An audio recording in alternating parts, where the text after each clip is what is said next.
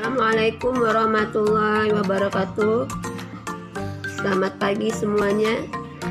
Bagaimana kabarnya? Semoga dalam keadaan sehat selalu ya. Pada pertemuan kali ini kita akan melanjutkan materi kita. Namun sebelum kita melanjutkan materi, ada baiknya kita melafazkan basmalah terlebih dahulu agar mendapat keberkahan dari Allah Subhanahu wa taala. Sama-sama kita melafazkan basmalah. Bismillahirrahmanirrahim. Langsung saja kita akan bahas mengenai cara memisahkan campuran. Cara memisahkan campuran ini ada beberapa macam ya. Jadi beberapa metode pemisahan campuran. Yang pertama filtrasi atau penyaringan, yang kedua sentrifugasi, yang ketiga destilasi atau penyulingan, yang keempat kromatografi, dan yang kelima sublimasi. Kita bahas satu persatu. Filtrasi adalah metode pemisahan campuran yang digunakan untuk memisahkan cairan dan padatan yang tidak larut berdasarkan pada perbedaan ukuran partikel zat-zat yang bercampur. Ini adalah filtrasi atau penyulingan. Contohnya pada saat kita akan menyaring air ya, menyaring air dari keruh menjadi jernih. Setelah kita saring, insya Allah didapatkan hasilnya airnya menjadi jernih dan bisa digunakan untuk minum kembali. Filtrasi ini tidak bisa dilakukan atau kurang berhasil apabila air tersebut kotornya luar biasa. Kemungkinan akan gagal kalau di situ banyak kontaminasi sekali. Jadi airnya walaupun kita saring kembali, kemungkinan tidak berhasil atau tidak sempurna, karena hanya menggunakan yang tertentu saja, yang tidak terlalu kotor air tersebut. Selanjutnya kita ke sentrifugasi. Metode sentrifugasi digunakan secara luas untuk memisahkan sel-sel darah merah dan sel-sel darah putih dari plasma darah. Jadi ilmu kedokteran itu biasanya menggunakan sentrifugasi ya. Pemisahan campuran sentrifugasi. Selanjutnya pemisahan campuran yang ketiga yaitu distilasi atau penyulingan. Ini digunakan untuk memisahkan suatu zat cair dari campurannya.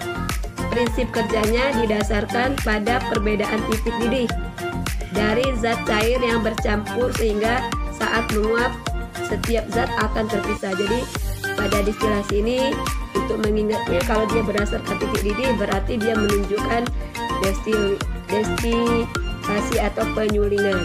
Kemudian kita ke kromatografi. Apa itu kromatografi?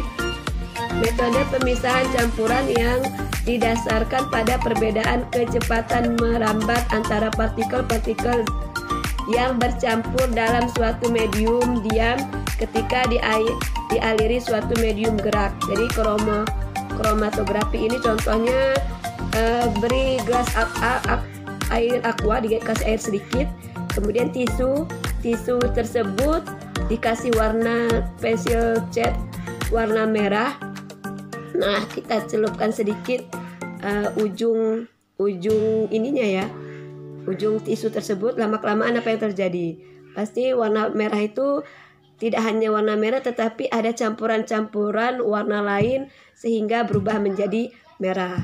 Itu salah satu contoh dari kromatografi, pemisahan campuran. Kemudian yang kelima, sublimasi. Prinsip kerjanya, metode pemisahan campuran ini didasarkan pada campuran zat yang memiliki suatu zat yang dapat menyublim atau perubahan wujud padat ke wujud gas, sedangkan zat lainnya tidak dapat menyublim. Jadi ini adalah prinsip dari sublimasi.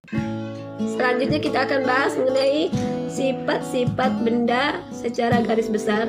Dibedakan menjadi ada fisika, ada kimia. Jadi sifatnya ya, sifat-sifat benda itu Ada sifat fisika, ada sifat kimia. Apa itu sifat fisika? Sifat yang berkaitan dengan keadaan fisik suatu zat. Kemudian sifat fisika ini berupa bentuk, warna, kekerasan, daya hantar, ukuran partikel, massa jenis, titik didih, titik beku, titik leleh. Kemudian ke sifat kimia, sifat yang berhubungan dengan mudah atau sukarnya zat tersebut untuk bereaksi secara kimia.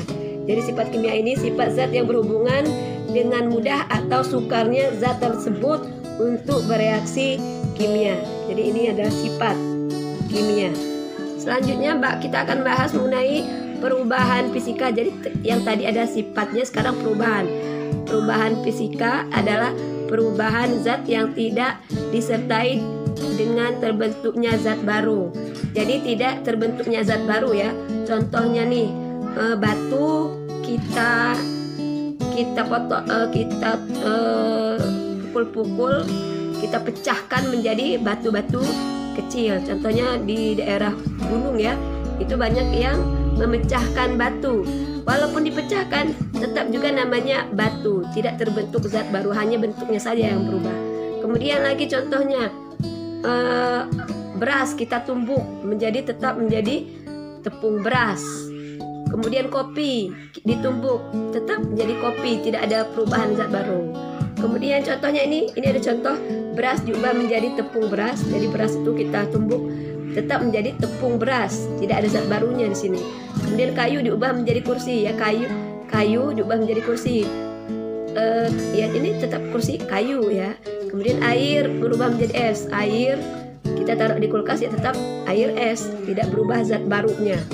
Perubahan kimia, perubahan zat yang dapat menghasilkan atau terbentuk zat baru dengan sifat kimia yang berbeda dengan zat asalnya. Jadi perubahan kimia ini perubahan yang terbentuknya zat baru. Contohnya singkong menjadi tapai. Singkong kita menjadi tapai, ini timbulnya zat barunya apa? Tapai, adanya asam-asam, adanya alkoholnya tersebut, dia terbentuk zat baru. Pembakaran kayu kita bakar akan berubah menjadi arang. Nah, zat barunya apa? Berupa arang. Contoh lagi misalnya kertas kita bakar. Nah, dia akan menjadi, kertas tersebut akan berubah menjadi abu pada saat dibakar. Terbentuknya zat baru mana? Yaitu apa coba? Abunya tersebut. Makanan basi. Nah, makanan itu zat barunya mana? Basinya itu timbul asemnya. Susu diubah menjadi keju. Jadi ini adalah perubahan kimia. Jadi perbedaan antara perubahan fisika dan perubahan kimia itu berbeda ya. Apa perbedaan perubahan fisika dan kimia? Kalau pada perubahan fisika tidak terbentuknya zat baru, tetapi kalau pada perubahan kimia dia terbentuknya zat baru. Kemudian kalau pada fisika tidak terjadi perubahan warna, bau, rasa. Kemudian kalau pada perubahan kimia terjadi, dia ada baunya, ada warnanya, ada rasanya. Itu adalah perbedaan perubahan fisika dan kimia. Baik, hari ini Ibu rasa cukup. Tolong dicatat dan disimak materi Ibu ya. Semoga agak paham sedikit. Syukur-syukur kalau paham sedikit. Alhamdulillah. Jangan lupa sholat, belajar, kemudian mengaji, sayangi kedua orang tuamu. Kemudian lagi tetap jaga kesehatan, tetap semangat dalam mencari ilmu. Sama-sama melapaskan hamdalah alhamdulillahirabbil alamin. Ibu akhiri, wassalamualaikum warahmatullahi wabarakatuh.